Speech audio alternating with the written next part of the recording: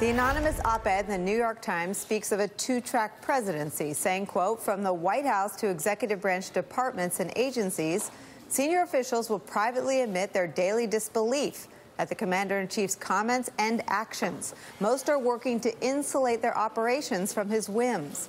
A sentiment echoed by a surprising voice, a Trump ally who says the Justice Department is doing just that. This is former Governor Chris Christie's response to Trump's call to have Sessions investigate the author of the op-ed.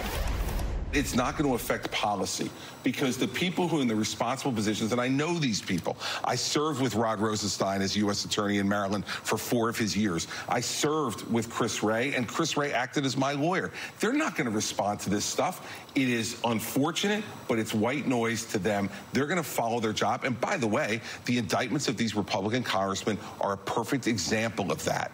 They knew the president wasn't going to react well to this, yet you know if you're going to indict a member of Congress that the highest levels of the Justice Department, the Deputy Attorney General or the Attorney General himself, signed off on those indictments. And so they're not being affected by the white noise of the tweets. Here's hoping. This just as the president is expected to declassify more documents around the surveillance of Carter Page and activities of DOJ official Bruce Orr. Frank, Jonathan, Heidi, and Jason are still here. Listen, Frank, I hope Governor Christie is right, but I've seen the Justice Department and the FBI bend a whole lot of political whims, a whole lot of white noise that broke right through when the president was able to align Paul Ryan, who's been spineless in the face of the political calls from the White House, and Devin Nunes of the House Intel Committee to declassify memos around this FISA application for Carter Page. And I don't have the same faith, do you, that with what Chris Christie promises?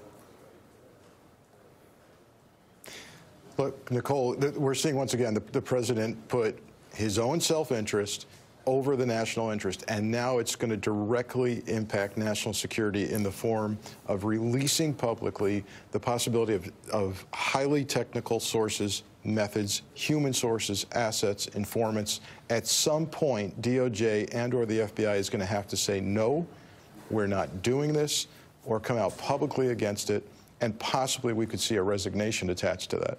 And this is the Axios reporting on this topic. Republicans on the House Intel and Judiciary Committees believe the declassification of the Carter Page documents and the Bruce Orr documents will permanently taint the Trump-Russia investigation by showing the investigation was illegitimate to begin with. Trump has been hammering the same theme for months. Well, I don't understand why they're still trying to smear Robert Mueller when he's racked up guilty pleas from all these people who should have been loyal to Donald Trump.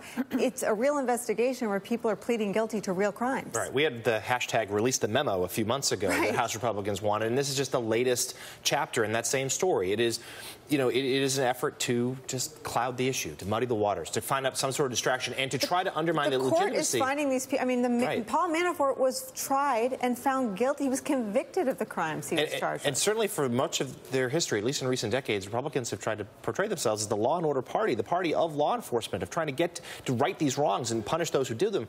And they're just advocating that right now, where instead they are focusing on coming up with some sort of cover story to try to delegitimize what Robert Mueller is doing, even though the facts are obviously there. We see the guilty pleas. We see the indictments of the Russians. You know, that Mueller is proceeding. He's trying to ignore this noise and clearly is proceeding with his investigation and producing results. And yet that doesn't seem enough for these Republicans who seem to be doing the White House's bidding to try to undermine his credibility. The New York Times today put a very logical net around what all the targets of Trump's ire have in common. Let me read this for you.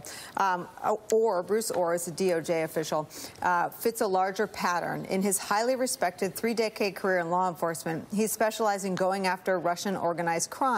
It just so happens that most of the once obscure bureaucrats whom Trump has tried to discredit are also experts in some combination of Russia, organized crime, and money laundering. It's true of Andrew McCabe, Andrew Weissman, and others. Let's remind our viewers who those two are. Andy McCabe, the one-time acting director of the FBI, fired and repeatedly humiliated by Donald Trump, and Andrew Weissman, one of the investigators and prosecutors on the Mueller probe.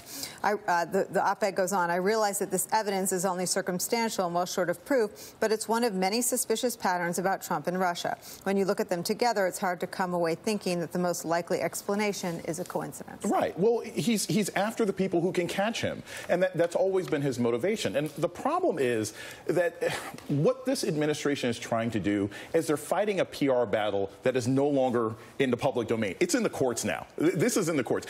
I don't think Robert Mueller wakes up in the morning and looks at Twitter and says, oh my gosh, I'm trending. I need to stop. Like, he's not going to do that. They have a real investigation going on. They've got ongoing things about national security. So when the president and some members of the Republican Party think, we're going to release this and this is going to embarrass anyone, this train has already left the station. Yeah. And so the only thing left at this point is whether or not the president is just going to try and fire everybody after the midterms and see if he can squelch this, because the investigation itself is going to continue. And the last thing, and I think this is really important, with this sort of undermining of the FBI, you guarantee that even if you do get rid of Mueller, they won't stop. Everyone else who's involved is going to say, we'll just leak this. We're going to continue this investigation. Let me play you. George Papadopoulos, once called Low-Level George by the White House, I thought delivered some bad news for Jeff Sessions yesterday. Let's watch. Candidate Trump at the time nodded at me. I don't think he was committed either way. He was open to the idea, and he deferred, of course, to then senior Senator Jeff Sessions, who I remember being quite enthusiastic about hosting. Attorney General says he pushed back. Is he telling the truth? All I can say is this is a meeting from about 2 years ago. My recollection differs from Jeff Sessions. So let's watch Jeff Sessions' version of the truth.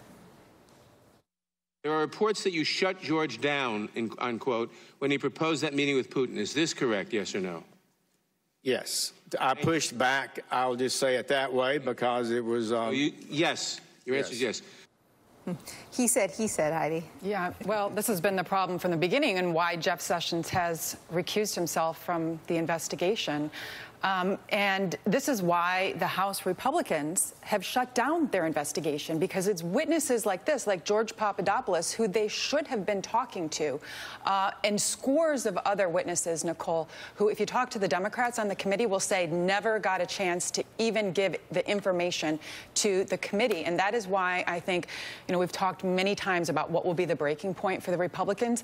There is a very, very strong red line between the House and the Senate, where there is still a credible investigation underway. There is no precedent for what the House Republicans are trying to do with subpoenaing these documents during an ongoing investigation. And I just have to surmise that folks like Richard Burr, that would be crossing a line for them, and maybe be that moment where Republicans start to speak out more en masse, because that would have drastic This is like the Hope and Change Hour. You, Chris Christie, everyone hoping for red lines and white noise. Frank, I got to get you back on whether or not this, in the obstruction of justice inquiry, the effort in that New York Times op-ed that I read to fire the investigators. I mean, I think it's accurate to describe them as once obscure bureaucrats. I'd never heard the name Bruce Orr before. I mean, these are people being targeted because of their expertise in Russian mobs, in money laundering, and because of their roles in the Russia investigation. Not a coincidence, is it?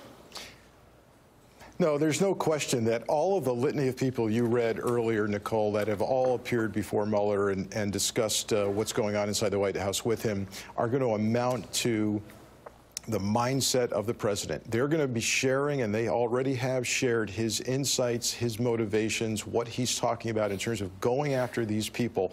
And the intent seems to be clear. The intent is to take out the people who can do harm to me. That's his mindset, and that goes toward intent. And you'll hear a lot of people say, well, that's all circumstantial evidence.